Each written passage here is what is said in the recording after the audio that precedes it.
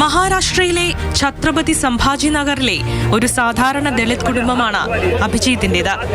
കഠിനമായ ദാരിദ്ര്യത്തോടും സാമൂഹിക സാഹചര്യങ്ങളോടും പൊരുതി വളർന്ന പിതാവിന്റെ മകൻ. പൂനെയിൽ നിന്ന് ജേർണലിസത്തിൽ ബിരുദം നേടിയ അഭിജിത്ത് തന്റെ സ്വപ്നങ്ങൾ തേടി കടൽ കടന്നു. അമേരിക്കയിലെ പ്രശസ്തമായ ബോസ്റ്റൺ യൂണിവേഴ്സിറ്റിയിൽ നിന്ന് പബ്ലിക് റിലേഷൻസിൽ ബിരുദാനന്തര ബിരുദം നേടി. പൊതുരംഗത്തെ അഭിജിത്തിന്റെ ആദ്യ ഇടപെടലല്ല CJP. 2020 ഡൽഹി നിയമസഭാ തിരഞ്ഞെടുപ്പിൽ ആം ആദ്മി പാർട്ടിയുടെ വിജയത്തിന് പിന്നിൽ അഭിജിത്തിന്റെ ഡിജിറ്റൽ തന്ത്രങ്ങൾ വലിയ പങ്ക് വഹിച്ചിട്ടുണ്ട്. രാഷ്ട്രീയം കുറിക്കുകൊള്ളുന്ന മീമുകൾ ഉണ്ടാക്കുന്നതിൽ വിദഗ്ധനാണ് അഭിജിത്ത്.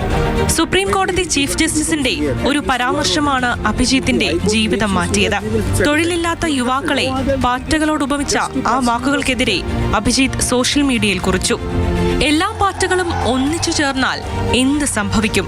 ആ ഒരു ചോദ്യം ഇന്ത്യയിലെ ലക്ഷക്കണക്കിന് യുവാക്കളുടെ ഹൃദയത്തിൽ തറച്ചു.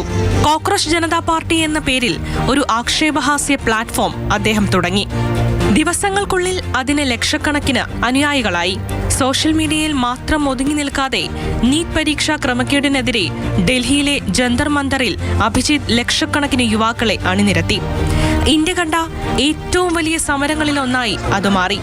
അമേരിക്കയിൽ നിന്നുള്ള സൗകര്യങ്ങൾ ഉപേക്ഷിച്ച സ്വന്തം നാട്ടിലെ വിദ്യാർത്ഥികൾക്ക് നീതി ലഭിക്കാൻ അദ്ദേഹം തെരുവിലിറങ്ങി.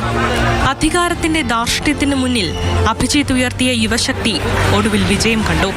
വിദ്യാർത്ഥികളുടെ ആത്മഹത്യയ്ക്കും പരീക്ഷാ തട്ടിപ്പിനും കാരണമായ സിസ്റ്റത്തെ ചോദ്യം ചെയ്ത അദ്ദേഹം നടത്തിയ പോരാട്ടത്തിനൊടുവിൽ കേന്ദ്ര വിദ്യാഭ്യാസ മന്ത്രിക്ക് സ്ഥാനം രാജിവെക്കേണ്ടി വന്നു. ഇത് മോദി സർക്കാരിന്റെ ചരിത്രത്തിലെ തന്നെ ഏറ്റവും വലിയ പരാജയമായും യുവാക്കളുടെ വിജയമായും അടയാളപ്പെടുത്തപ്പെട്ടു. News desk, Mathrubhumi news.